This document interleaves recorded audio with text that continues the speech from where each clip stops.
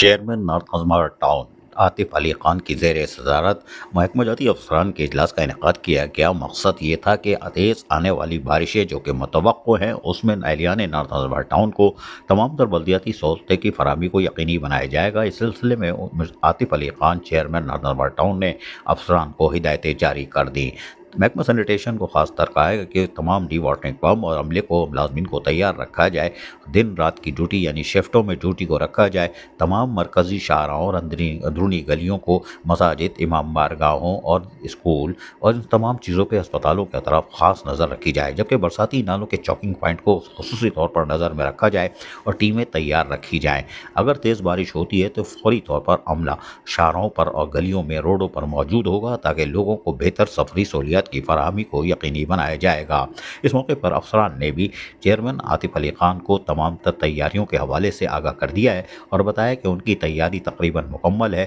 جیسے ہی بارش ہوتی ہے تو ہم یقینی طور پر ماضی کی طرف ایک دفعہ پھر سہولتوں کی فراہمی کو یقینی بنائیں گے اور برساتی نالوں پہ ہماری کڑی نظر ہے تاکہ لوگوں کو کسی قسم کی مشکلات کا سامنا نہ کرنا پڑے، اور یقینی طور پر اگر ماضی کی طرح تیز بارش ہوئی تو مشکل ہو سکتی ہے، ہلکی پھلکی بارش ہوئی تو یقیناً نارتھ ہزمارا ٹاؤن بھی کارآمد ثابت ہوگا۔ عزیز عارف، کے پی ایس بلدیاتی نیوز، کراچی۔